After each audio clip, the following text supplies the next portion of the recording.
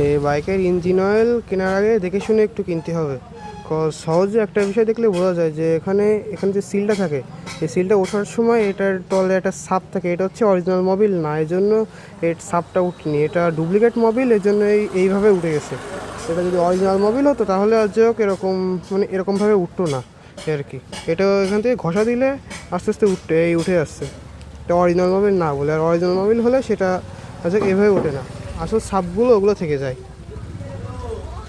আর এটা কেনার আগে খেয়াল করে কেনা হয়নি, এখানে আবার ইয়াও দেওয়া আছে, তাহলে বোঝা যাচ্ছে এটা হচ্ছে অরিজিনাল না, এটা হচ্ছে বাংলাদেশেরই লোকাল কোম্পানি থেকে তৈরি করা।